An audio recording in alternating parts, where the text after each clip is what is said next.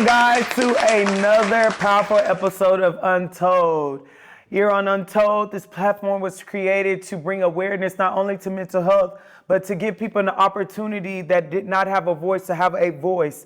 On this show, we break down the boundaries, we break down the stereotypes so that other people that are out there that has never encountered people that can help them with their mental health, they get that help today.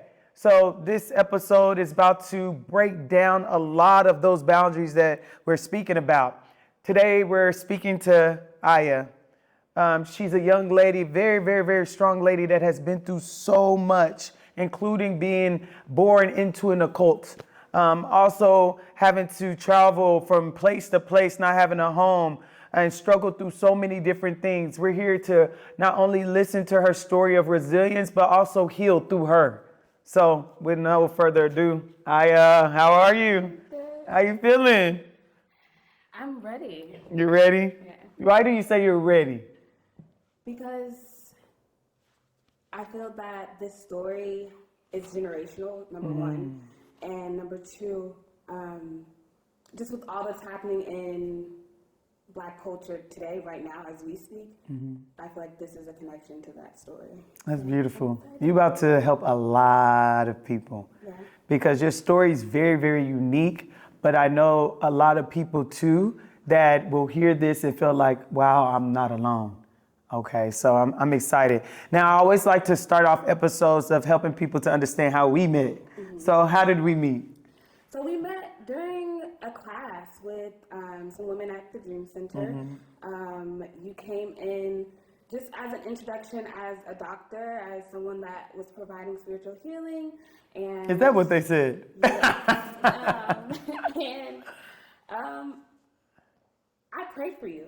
You prayed for me? Yeah, I prayed for you. I prayed for just someone to come into my life and to mentor me and just to help me just grow in these gifts that I've been given. And yeah, God delivered you. Amen, amen. And I also recall that night. That was a very powerful night. Yeah. And yeah, that was our first time, I think, having our class, because now we're having more classes. But that night, so many people gave their life to Christ. The Holy Spirit landed. People started speaking in tongues. Deliver. I remember the room got very, very hot. Yeah. And I remember too when we were doing the when I was praying for you guys to give your life to Christ. I remember my voice just went out. I was like, the devil is a lie. Where's the water? I could not, like, my voice just went out of nowhere mid-prayer. But we thank God because that prayer was finished. He tried it, didn't he? But we give him too much power. I just probably needed some water. But we're here now, and you've grown so much. And that's why I'm so excited for people to also get to know the person that I've met, okay? And even some things I know that I have no clue about you. So let's get started. I want us to start from your childhood. And I know one of the biggest things was the cult. That's one of the primitive memories that you have. So talk to us. How was that? Like, what was the cult like? What is that life? What does that even mean? Yeah, so my dad was born in Brooklyn, and his mother worked in a hospital, and his father was killed when he was 2 in a drive-by in Brooklyn from mistaken identity. Wow. So... Wait, hold on. So they thought he was somebody else that they were trying to look for. I'm so sorry that had to, wow. And my dad was 2 when that happened, and so he was raised by a single mother. His mother is a veteran, so she only knew what she knew. Like, she had benefits from the government, but she also worked. And so during this time, from my understanding, as it is now, people that look like me, that come from where I come from, the hood, rural America, the urban cities, the hunger for information on Black identity was rising. And this leader gained the attention of a lot of people in New York. And he began a movement. They first started off selling books and his books and just fellowshipping together.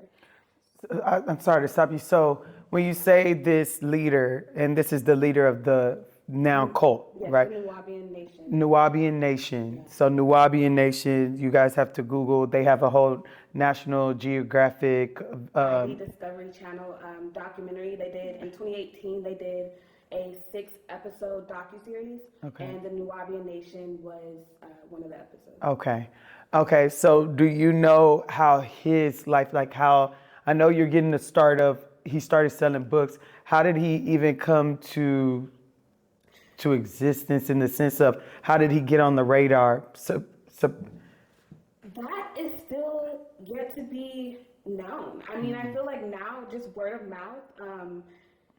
Wow. I feel like now we have social media, so it's a lot more accessible. But Yeah, so that's what I'm saying. During those times, how did that spread? Exactly. Just word of mouth is from my understanding, and just knowing people. I don't know if this is fact, but we have Google, so fact check me. Not Wiki. But I heard at one point he had the key to the city of Brooklyn. Yeah. So he must have been very influential, Yeah. okay, for even the mayor, because the mayor gives that to give them a key. Yeah. Wow, okay. Yeah. So he had that type of presence that he had the ability to make people believe and project his own desires onto someone else. Oh yeah. Okay. Oh yeah. So he was going through a lot of financial and criminal lawsuits in New York. So he moved With the key. With the key. and, Okay. and he decided to take his following and migrate to Georgia. Okay. Now this is the outskirts of central Georgia. I was born in Macon, but the land is what they call it. The land, Kadesh, Tamaray, those are the different names of this compound. And it's placed in Eatonton, right outside of Macon. Macon is one of the major cities in central Georgia. Okay. And over 300, close to 400 acres of land. There's pyramids, there was a music studio, there was a club, there was restaurants, and it was just revered as a Egyptian theme park, is what they called it. And there were temples, and it was open to the public. Okay, so we got to slow down, or maybe this is just for me. I don't know if this is for you guys. So when you say a compound, because I'm Nigerian, so when I think compound, this is our house on top of the acres that's around that, but it is caged in. Not caged, but there's a fence that's placed around it that this is our compound, right? So that means that there was a house and this leader created a whole city and created a compound that belonged to Nuwabian Nation. Yes. Wow. Yes. So I'm just trying to get into the understanding, how could a man that had all these financial issues have the ability to create something like this?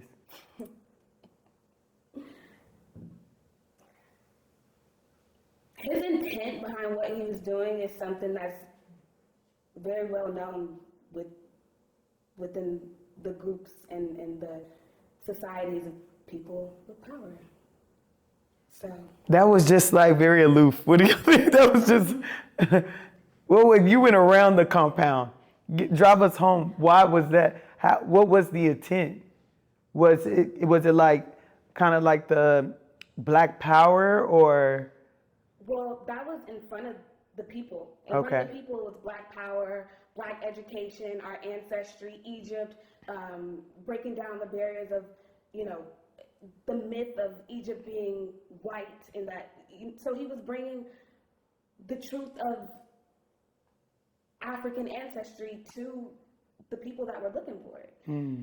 But behind the scenes, he was molesting children. And he was using children for religious rituals. Wow. So that's what I mean when I say that. Wow. That practice is something that's very common in the groups of people with power. Wow. Yeah. Wow. I'm trying to digest that. That was a lot to digest. That was a lot to digest, y'all? Yeah. Wow. Okay. So now he creates this compound that looks beautiful. So if these people are bringing money it's like you are investing in us. Right. You're investing in your children being taught by Black people. So it looks like, yes, I know where my money's going towards, is towards this, but behind the scene, the evil things were going on. Okay, so now how do your family end up here? So again, my dad is from Brooklyn. He gets introduced to the movement at 18 in New York. Okay, doesn't have a father, Doesn't have a father. so it's already lost. He's communicating and introducing other people in similar situations as him to someone that they can look up to, someone that's Black and powerful and innovative and charismatic, and so he's a victim of circumstances. So he's making a living by bringing other people who are victims of the same circumstance to this leader, to this community, to this environment. You said making a living. What do you mean by making a living? Was he getting paid? Yes, so they would sell his material. So he's written books, and they call it politicking. So they would take his material and bring it to the streets. And they would get paid, they would get commission. This is how they showed their loyalty. This is how they fed their families. Wow. And so then, like you said, dad doesn't have his dad, so he's yearning or wanting something that he does not have. And so now this other stronger man is teaching you this thing, this is how it's supposed to be. And now you look up to this man as your father because, one, he's paying your bills. So it's like now, not only that, I look at you as a father, a mentor, and a boss. So now you really have me. Wow. Okay. Yeah. Then what happened? So the movement eventually moves to Georgia. They have a plan to have land. The cost of living in Georgia is way less expensive than it is in New York. So they want more space. They want to reach more people and have somewhere where they can have a central space, So in the 90s, the movement moves to Georgia, and they begin to build. It's all Egyptian themed, and he's mixing teachings of Egyptology with Black Hebrews, with Islam. He's mixing with alien information. He's taken all of these different fields of study and applying them to the origins of African Americans. So it was just a lot of confusion. Right. So he was taking truth and he was perverting it with his own propaganda. Okay, so what would be a teaching that you can recall or have heard of that was something that really was one of the biggest things that people ran with? Basically, that the whole Egyptian ideology period, like Hollywood filmed Cleopatra with Elizabeth Taylor as Cleopatra, and we know now there's Netflix documentaries of a Cleopatra that looks more accurate. That was the main thing, like not even associating with Egypt even being in Africa. So when you descend from a people that were brought to a land against their will, their identity stripped from them, their spiritual system stripped from them, their language stripped from them, and you're given an identity, people were searching for something that was real, that was true, that was them. And that was one thing.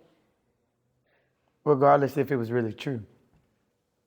Because if he's mixing something, that means that even if it's fully the truth, the moment that you mix something to it that's false, it's no longer true. Right. So, yeah. So they praised him. They took his word for all that it was. And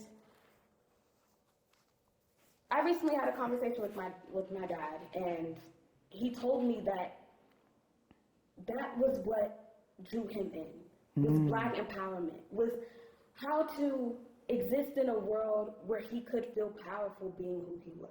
Was the Black Panther happening at this time? I'm sorry, I'm just off of. This was Black Panthers is the 60s. Okay. So that would be my grandparents' era. Okay, I'm far off. But yeah, this was the 80s and the 90s. Okay. Um, Okay. Now I'm bringing back to what was going on 80s. Okay. yeah. So, yeah, I mean, I was born in 98. My mother took me to the compound when I was 6 weeks old. So during this time, she was a nurse, a practicing CNA. Someone very close to the cult leader had suffered from a brain aneurysm.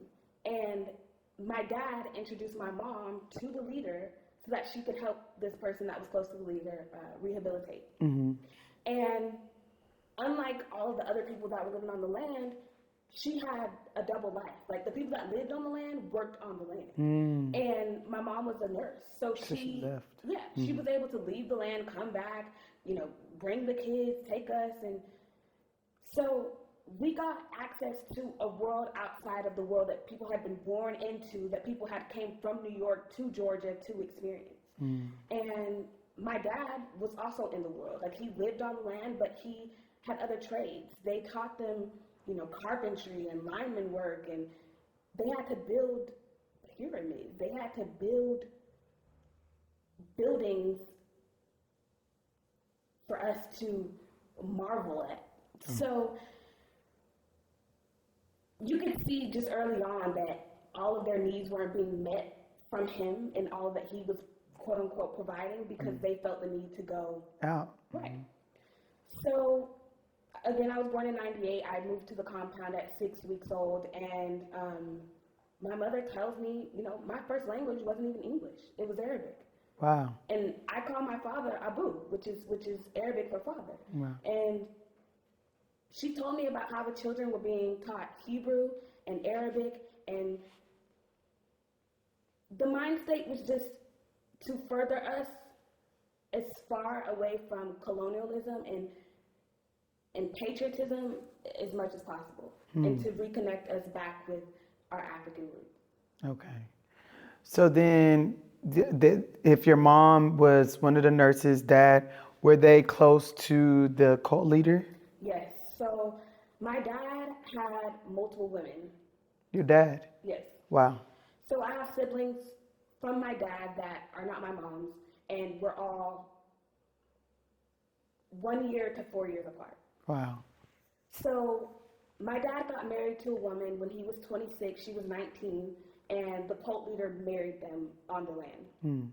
He sent them on a honeymoon, and when they came back, this was my dad's time to really show his loyalty and what he would do to stay close to him. You know, he just found him, he just introduced, it was like an arranged marriage, you know, matchmaking with people that lived on the land, worked on the land. So he had been matchmade, they got married, and went on honeymoon, come back to the land. And he's still with your mom, though? Yes. So is he married to mom and this new woman? No, just the woman. So he never married your mom? No. Wow. Yeah. Okay. So they're just together. Everybody's together. We live on the land, and we also have a home off the land, and we're all living together. And Your mom, and then the other woman and her children. in this same place? Yeah. Wow. Yeah. How did Polygamy was, normal? yeah. Okay. And I'm guessing he had multiple wives and Oh, yeah. okay, so this was taught. Yeah. Okay, so how did that make your mom feel, knowing that she met your father first, brought you guys here, and was placed in this situation? How did your mom feel? That's not a question that I ever asked. Wow. Yeah. Have you ever thought of that question? Think about it. Before your dad meets this cult leader, he and your mom knew each other, right? Or was They it after? knew each other, but they weren't together. So they got together once they moved to the land, or before in New York? My mom was already living in Georgia. All right, so Yeah. he met her in Georgia, Yeah. but she was first No, she wasn't first. of the first person he met. No. But he dated mom first and then got married? No. Okay, he got married and then so mom came second. Yeah. Okay. Because my siblings are older than me. Okay. The siblings that he has from the wife that he married are older than me. So what number would mom be? She would be number 2. Number 2. Yeah. So, and then how many more after her? 2. 2 more. Yeah. So that's still the same question. How did she feel that more women were brought in? It was a part of The lifestyle? Yeah. Okay. This is how you feel. You don't know because you never really asked that. Right. And so my dad's oldest child is the same age as my mom's oldest child. I'm not my mom's oldest child. My dad, oldest child is 30. My mom's oldest child is 30. Ooh, y'all doing the math to this? I'll be 26 next week. Happy early birthday. Thank you. But, so that means that dad marries, gets this woman pregnant, immediately follows and finds mom, gets mom pregnant. Because they're the same age. Right. So 2 people were pregnant at the same time. Yes, but not with those children. I'm just giving you, my mom's oldest child is 30 by a different man. Oh, see, you have to say that. I'm like, goodness gracious, your dad was busy. Okay.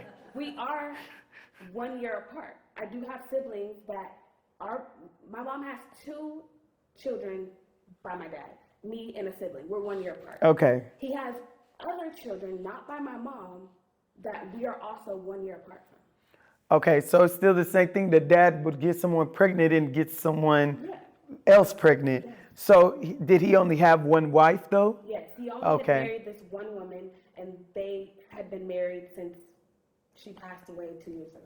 And the other women that comes after, they are still considered a wife with no ring or no. Because in this day and time, we would call them not. I am not calling my I mom just that, but it was just a part, sister-wise. Sister-wise, that's what I was really going. You said the other thing. Sister-wise. And yeah, I mean, of course, everything wasn't legitimate. Mm-hmm. But this is the environment that they wanted to create. So they were okay with it because this is what was going on in the compound. Yes. Okay. So now, how is it living with other people, or even how's his eldest daughters with you guys and his eldest children? Did they accept y'all? His wife accepted us. Okay. My mother accepted her children. Okay. We were all very close for a very long time. Them as women, there were hardships, I'm sure. But as the kids, we didn't know any different. So this was all very normalized. Okay. Yeah. So now education, is that being provided on the compound? Yes. So from my understanding, they're teaching the basics, math, reading, science, English language arts, to a certain degree. Of course, in certain environments, there are certain protocols that they feel like they have to abide by. But they were also teaching other languages. They were teaching Arabic, Hebrew, and they were just teaching the basics of what we needed to still survive in society, while also giving us history that isn't in a history book. Spiritual systems that you can't go to a church and find out about. Such as, I'm curious.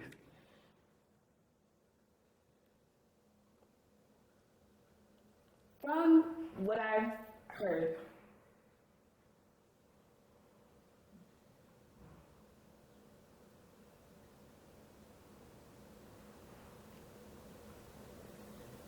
What are you doing right now? I'm thinking of how to say this. Okay. Because this is secondhand. Again, I'm a kid. I'm thinking of my dad and what his spiritual life looked like, and what being in a temple, what they could have possibly been chanting or saying, or what language they were. So I'll leave that there, because that's secondhand. Okay. That's not my experience. Okay, got you. So now you're in here. What happens afterwards? So again, I was born in 98. In 2002, he gets arrested. It becomes a federal case. Basically,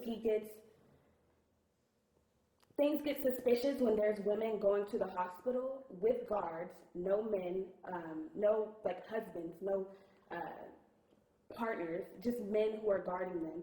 And they're being told not to say anything, just young girls coming in the multitude having kids. And Wow. it provides a lot of suspicion to the hospitals that they're going to, the one main hospital that they're going to. And the hospital contacts the FBI. Wow. The FBI does what the FBI does, and he was arrested in a raid on the compound in 2002. So in 2002, the FBI raided the compound, and they saw all sorts of things, pictures of children and Wow. weapons, and yeah, they took him in, and he was convicted. There were over 100 charges. Wow. But they convinced them, and he didn't plead guilty until the very end. Like the children, I read the court documents, and the children had chlamydia in their anal cavity from him having chlamydia. Was it female and male Yes. that he was abusing? Yeah, What were the ages? wide range, months to years. Yeah. I never that has to be a real demonic thing. Like, how do you find a baby attractive to want to do anything? Did it ever come out that he was, because you said earlier rituals, like what was being, when a ritual is done, it's because you're trying to receive something from something. So was there ever any information on, was it just an attracting thing that he had with this, or was it for a reason? So, personally, I never asked my dad this or my mom this. A lot of what I'm sharing is from what they've told me and from personal research that I read. The court documents are online, the documentary, people that have been in the land and still support him. So everything that I'm sharing is from a period of my life where I have no recollection. So it's all just a myriad of just experiences. People that still admire this man saying, oh, the FBI set him up. He's just another black man that the FBI set up. Wow. Yeah. So hearing about the children and all of the women that got pregnant by him and children that got pregnant by him, and it's just very just disheartening. Yeah. Because, again, he was trying to put on a facade that he was creating a community, somewhere that people could go and feel safe and feel empowered and feel loved and find truth. But behind closed doors, all of this evil was taking place. Yeah. So in 2002, again, he was arrested, and my mother had a home. She was no longer with my father, and we just resumed to normal activity. I was in school. I remember being in ballet and taking dance lessons here and there and taking swimming lessons, and just, she tried to make things very like normal. And my dad was in and out, he worked, so being a full-time father was never like his ideal life. And yeah, I mean, we began to move. We left Georgia, moved to Florida. My mother worked for the public defender's office, and then she began working at the juvenile detention center in Florida, in Jacksonville. And I don't remember much of seeing her. I remember school. I remember coming home and my siblings being there, but I don't remember much of my mom's presence. Shortly after that, we moved back to Georgia, and we're living with my grandparents, my mother's parents. And my mother's mother is a minister. She's been a believer for 50 plus years. She's the first Black person to graduate from the School of Radiology from Tampa Bay General Hospital. She's a veteran. She was just a perfect example of who we needed to be, whose wings we needed to be under at that time, especially after leaving that environment. I have a question. So when you guys left the compound, I'm sure there was probably chaos, but you were living with other of your father's wives or wife, and who else was part of that? Did you guys just split up? Who did Dad leave with? So, from my understanding, he did his own thing. He was just a provider. He provided For a all house the families. for all of us. Yeah. So when y'all separated, did you and your siblings and mom go your separate ways? They went their separate ways. Okay. Now, when you talk about grandma, mom's mom, did mom's mom, was she aware of what was going on in the compound? She wasn't aware of what was happening behind the scenes, but as a believer, she didn't want my mom living on a compound anyway. Okay, She didn't want her taking up these teachings. She's been a Christian her whole life. She's been a Christian my mom's whole life. So she, recently just speaking to her, she told me about just urges that she would feel. Like she was so upset with my mom that she moved here, that she moved there, and she just knew that something wasn't right. Recently talking to her. Projection. A lot of the thoughts that you have is projected from the inner you coming out. So it's not on somebody else saying, I think so-and-so don't like me. No, it's really probably inside of you that you may not like yourself. So you think anybody you encounter thinks that they don't like you. I think so-and-so think I'm weird. No, it's you inside of yourself that thinks you're weird. Your teacher. No, I know she said this about me. No, you're the person that usually gossips, so you think everybody gossiping about you. Your teacher. Oh, that's So this is self-projection. Again, to be healed, you have to be able to tell yourself the truth and analyze these thoughts. Are these my thoughts? Is this truly how I feel? Or is this how everybody else feels? And it has to be facts.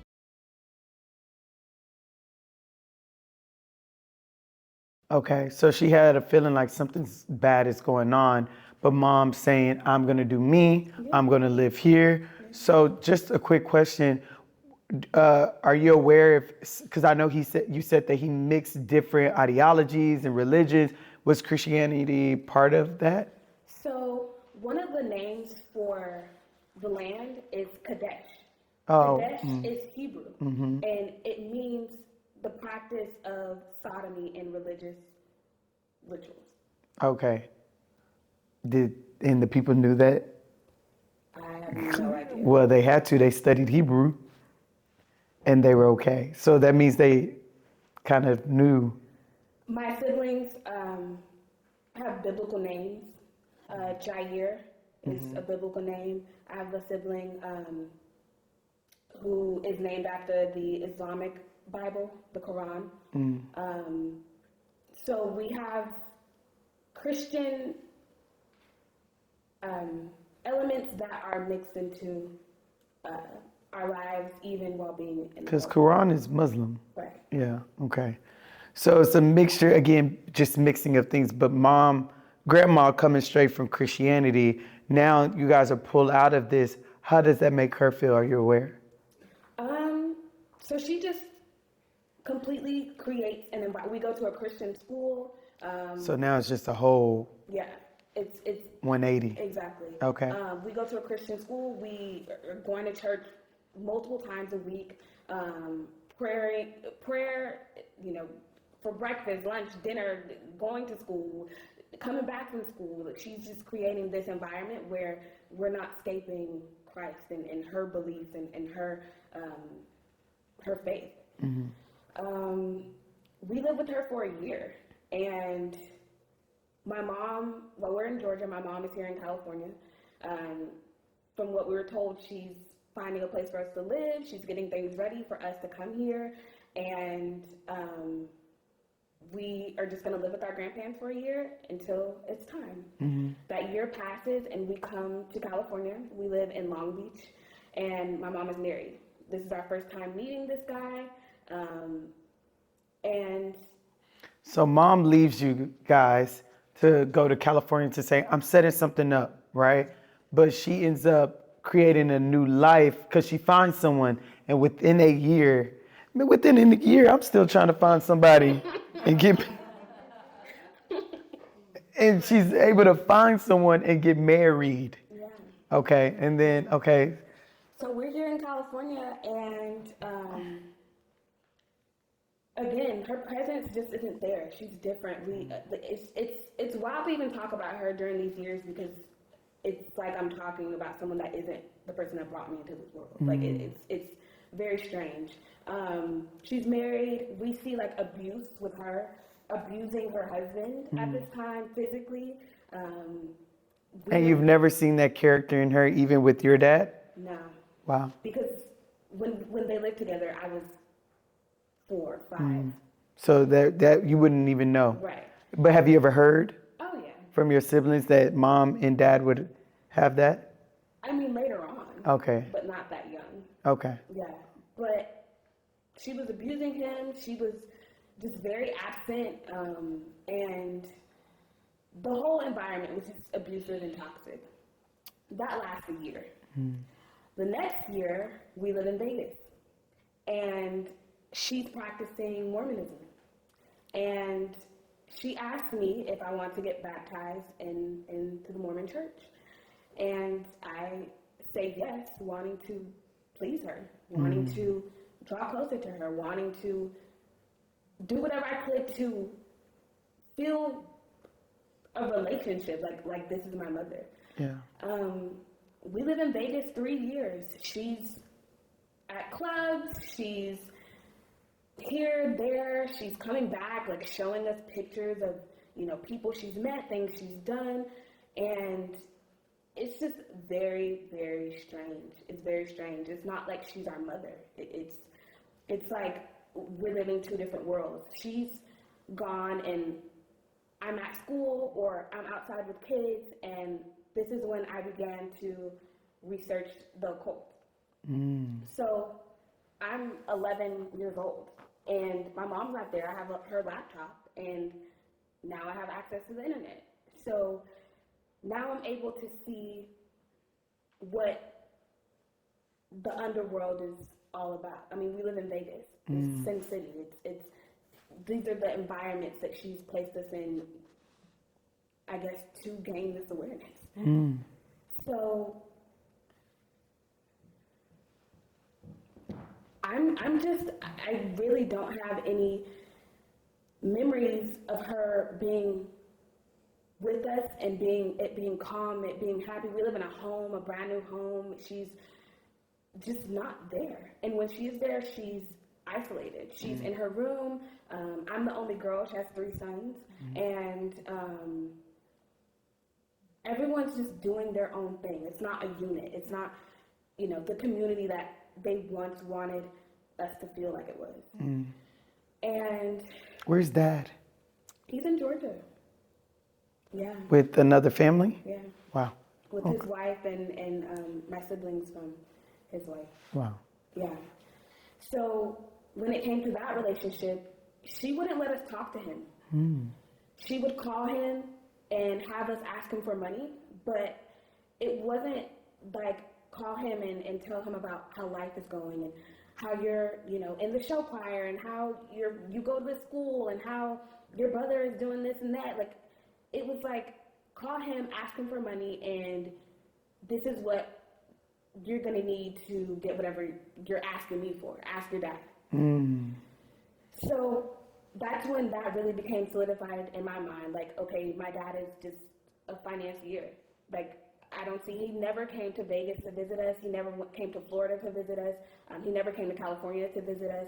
It was just, he was a distant dad. And he was just providing, and yeah, it was very shallow, very disconnected. It's not much that I can really say.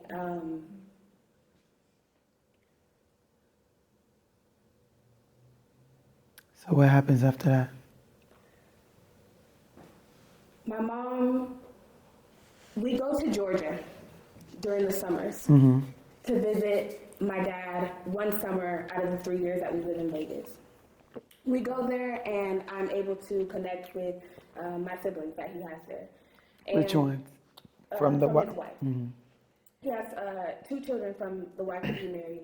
And my mom allows me to go to Georgia to spend time with them. And they live a completely different life. Their mom is a lot less strict. Their mom allows them to run the streets. Their mom allows them to have boys in the house. So this is like a completely different world from what I was living in Vegas, like where I have to be in the house, school, home, in our little cul-de-sac, but you're not going anywhere without me.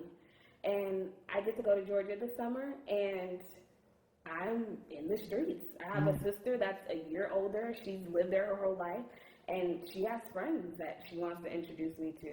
And I'm introduced to 20-year-olds at 13. Wow. And my sister is sexually active. My oldest sibling is pregnant. She's 17. Wow. 16, and it's just a completely different world. Like, they live in the hood.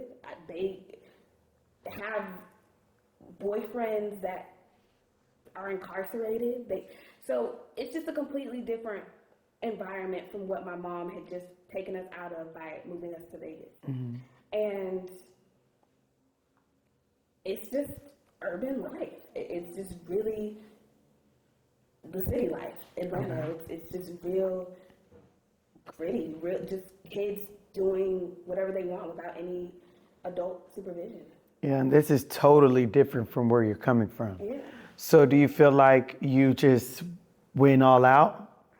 I wouldn't say I went all out. I would say that I definitely had an awareness. Like, seeing my sister pregnant at 16, I was like, I don't want to be like that. Okay. Like, that was imparted in me early. Like, I don't want to live a life where I have a responsibility and I'm the only one that has the responsibility, yet, this is supposed to be a shared responsibility. That's one thing my dad made sure. Like, for us to be aware that, our choices are our own. Like, taking no responsibility for all the choices he made to put us in these predicaments, but once we start having sex, now this is, our own choice. So he just made sure to tell us, about having kids, and he used my sisters as an example. And he made sure to, distinguish me being my mom's child from them being their mom's child. And how their mother is uneducated. She lived on the land, worked on the land. That's all she knows. And for my mom being able to live in the world, having both parents, being a child of military parents, living here, living there. So he made... Wow. I could continue. He made sure to distinguish how their mother was more lax and my mother was more strict, more harsh, more mean, more independent. And I'm sure also seeing your mother be single at a time with call dad only for finances. Do you want to live that life of where you're just a single mother?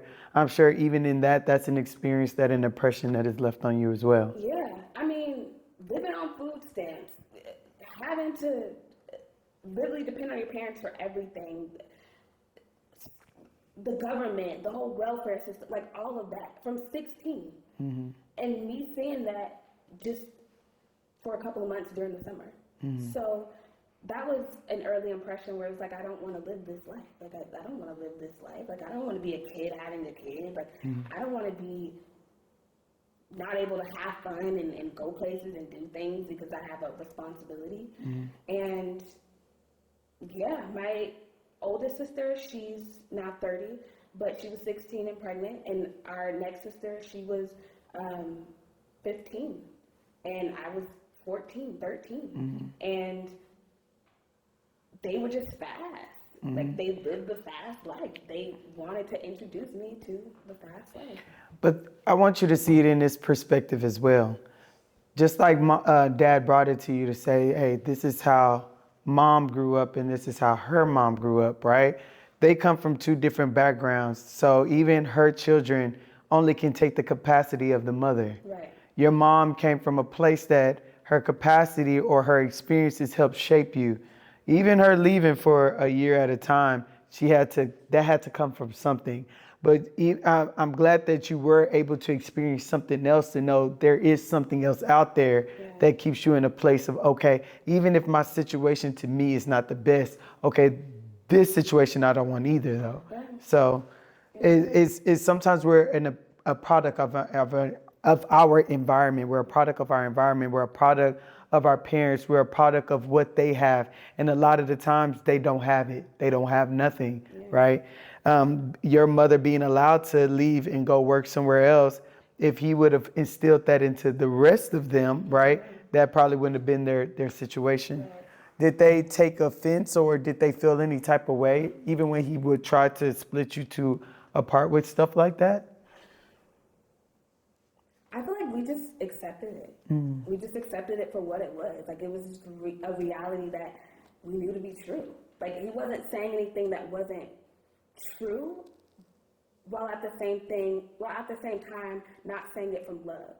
Like, we knew that he wasn't saying this from love. We knew that what he was saying with them coming from two different backgrounds, and then the seeds, the children that came from two people that come from two different backgrounds, and it was just very normal. It was verbal abuse now that I see it, but yeah, it's just very normal. Okay, so then now summer happens, and do you stay living in Atlanta or? No, I come back. My mom is not gonna let me. She already knows she doesn't want me to end up like them. That's Okay. what the whole stigma was. I don't want my daughter to end up like them. Okay, so mom, who is very distant as a mother in herself, you go out to, although the environment is like that, they're close with you. Yeah. You're enjoying the love from your siblings, and then she brings you back. Now, does she change? So this is the last year that we live in Vegas, and she's married. While you were gone? Yeah, Okay, remarried. remarried. So so she got a divorce. So it's the thing about go, and then she does her, and you come back to another new father Yeah. that you've met before. Did you know this? I don't know him, never met him. This is my first time. Just like the first one. Right. Wow. The second one was from our hometown. He was Okay. very well known in Macon. And Atlanta. she This is the ATL. She lived in, my siblings and I lived in Atlanta. Okay. And my mom, I was born in Macon. My mom grew up in Macon. This is Georgia. Yeah. Okay. Central Georgia. And yeah, she comes back. This is our last year living in Vegas, and she's married. And what's this time span? This is a year. A year. How's this woman getting men that I always got to scratch my head because goodness, you can get married in a year. So your mom goes out there let me go get a new man for my family. And wow, I didn't meet your mom. I'm sorry. You will. Okay. So now you come back to a new father. And it's not even that. It's not that. She doesn't create that environment where this is your father, this is your stepdad. It's just, this is my husband. And This is my husband. Yeah. So he's there. He comes literally off the plane with a garbage bag. And Just a trash bag hey kids, I'm home. yeah. And she lets us know that he has kids that lived in the same neighborhoods we lived in Georgia. His family knows mutual people related to our family. So I feel and trying to connect the dots between the association, the story, how God could possibly be in all this, I feel that's where she tried to make the connection. But the emotional connection wasn't there. Okay. And so we lived in Vegas that last year, the last of the 3 years, and we go back to Georgia. And he's there with his family, he's there with his kids, we meet his kids, and they really try to like blend the family just because we're all from the same city. And we moved to Athens, Georgia, and we live in a home. And again, they're both very absent, and they invite this woman there to help watch us. And it's just very strange. My mom is always like networking, meeting people. So this time she invites this woman to live with us to be our nanny. We're in high school. This is my freshman year of high school. We've made it clear that we don't like her husband, that he's nothing to us, and that we just Why didn't you like him? Just because of the introduction. Like, I didn't feel like he genuinely wanted to get to know us, to be a father figure. He had kids the same age as us that he left them to come live with my mom. It just didn't seem genuine. And I feel like as a kid that I could feel that it didn't feel genuine. I feel like, I mean, it didn't last. So I guess it was pretty on point. But yeah, we live with this woman. She's supposedly our nanny, this man that we don't get along with.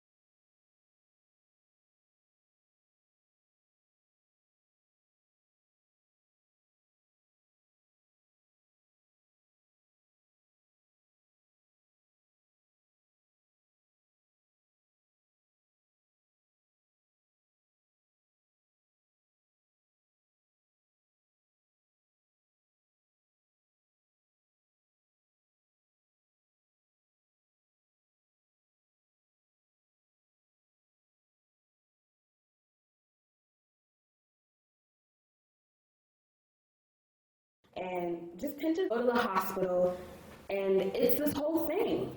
Like, we've never seen her rage out like that. We've seen her angry, we've seen her mad, we've seen her, calling us disrespectful and just projecting all of these shortcomings on us because of things that she was experiencing.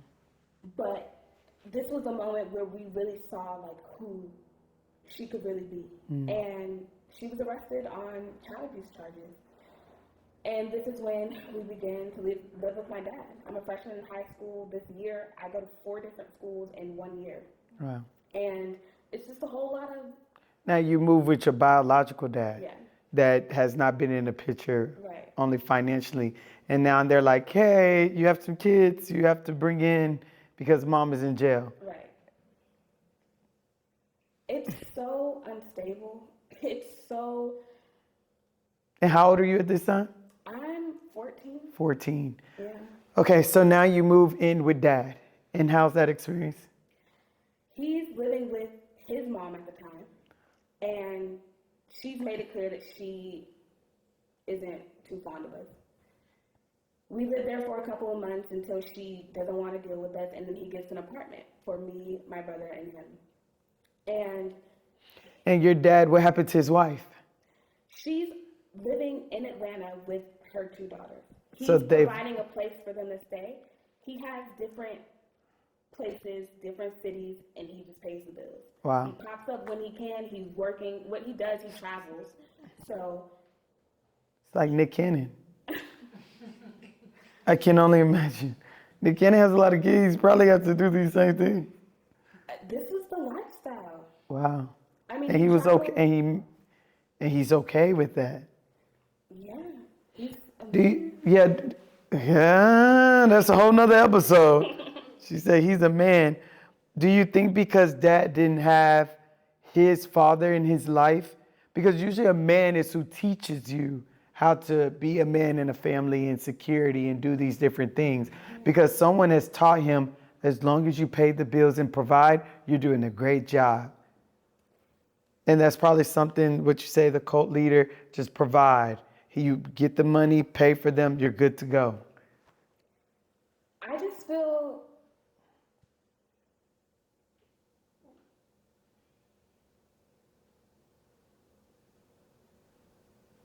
he didn't know what his worth was outside of money. So even to this day, our relationship is still based on finances.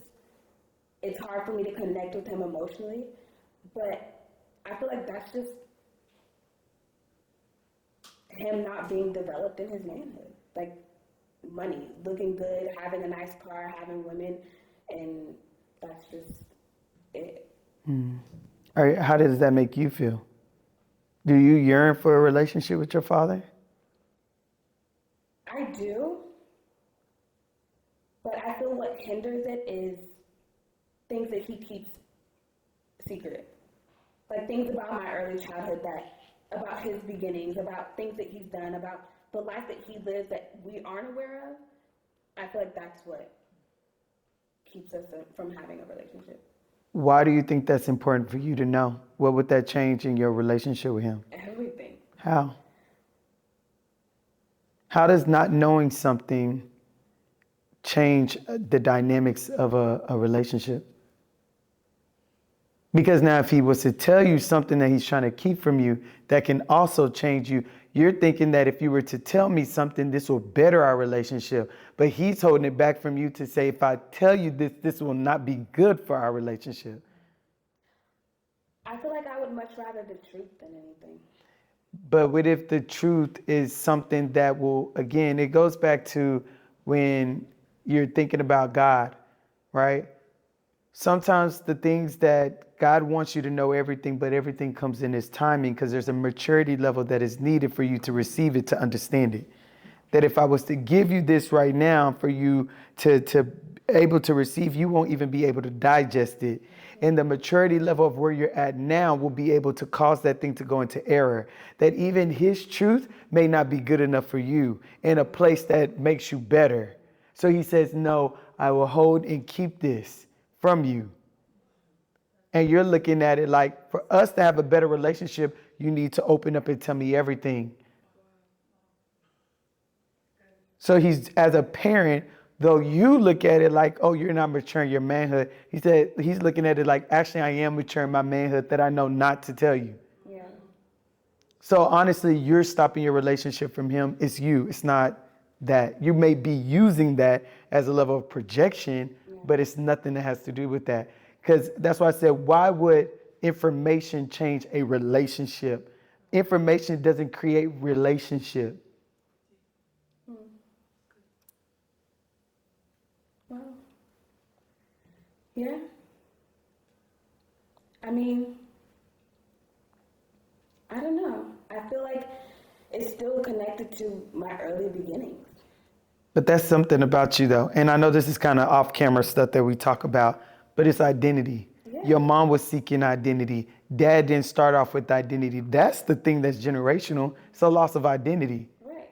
That's even mom jumping from man to man. Is I'm trying to find something that I never had. Remember, she was the second wife, not the first. Yeah. And when they departed from what she thought she had in identity, went into chaos. So everything was now a lie, right? And so now the one man that brought her into this family decides to go with the first wife. This is what the original question was. What about your mom? How did that make her feel, right? Because now you can kind of get an understanding of mom and why she was. That rage that came out probably had nothing to do with your brother, had nothing to do with the situation, but it probably started from a long time ago that was still inside of her.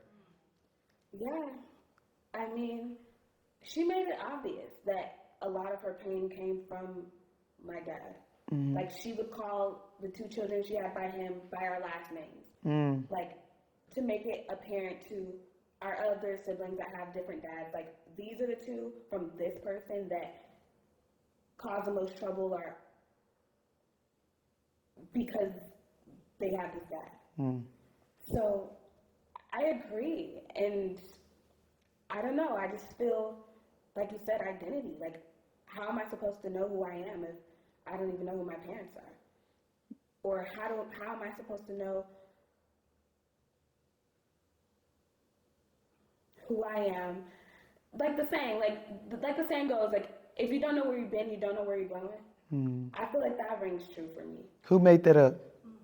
I have no idea. See, that's the thing with society. We just hear something and run with it and make it our truth. Did you ever fact check that to see where was the perspective of the person that came up with that quote? Where were they going through for them to even create that? Because you don't know if that came out of a place of them being in a dark place and they made that quote up and then you took it and you made it as true. So guess what? It's always going to look dark to you. That's exactly, no. You don't know who that person is that made that up or what they even meant behind that. You just created your association with that statement. Because if you're thinking about identity and saying, like, if I don't know my Genesis, how do I know my Exodus? Because that's what you're saying, right? Even remember the person that got them out of Exodus. Who was it? It was Moses, okay? Was Moses in Genesis? Was the Genesis story had anything to do with Moses on the level of the story of Exodus? So then that tells you the statement. Wow. That's major that you just said that. Because even going back to the cult, like, I feel like I can't truly know who I am unless I know every, like, inch of my story that's embedded in that environment. Mm-hmm. And that all was surrounded by Egyptology. Yeah, but even when you think it in a different perspective, that cult had nothing to do with you. The thing is that you're trying to make that attached to your story. Even though that had to do with, I was there for that bit of time. God got you out of there before it even left an impression in you. It was when you went and did the deep research, when you went searching that you made it a part of you. This is my story, so I am this. When God said, no, I'm going to get you out before a memory can even be created. But now you're trying to seek, I need this to know who I am. You're trying to make that your identity. And because you're going to do that, you're going to stay in this place of darkness. You're going to become like your mother. You're going to become lost of not knowing. Your mom actually experienced it. So there's some unwiring that has to happen. Your dad experienced it. It's some unwiring. But God saved you. God got you out of that before you could. Think about the other teenagers that actually got raped. Think about the other teenagers that did get lost in the system. Think about them. God got you out of that before that could create an impression. But you're seeking it. There's also a saying about seek it and you'll find it. And you're looking for it and you're going to find the darkness that you're looking for. The more you keep tapping on that because you think there's something in it that you're missing. But why can't it be enough? Why can't what God has done for you to where you're at now, why can't that be enough for you? The new identity that he's giving you now, why can't that be enough? Because that's the question he's probably asking you. Why am I not enough? Why is my light not enough to get you out of that place? What are you looking for in the past when I'm trying to take you forward? Why are you looking back? You're looking for that salt. You're looking to turn to that pillar of salt. You're trying to go to Sodom and Gomorrah when he's already destroyed the place and gave you new land. Why can't he be enough? Why can't this new spirit be enough? Why can't this new light be enough? Why can't what he's doing now be enough? He knew all that would happen. Again, it goes back to the question of, now that I have the experiences, God, what can I do? And I asked that same question when all the things, all the abuse, everything I've been through, why would you have allowed that to happen to me? It's a lot.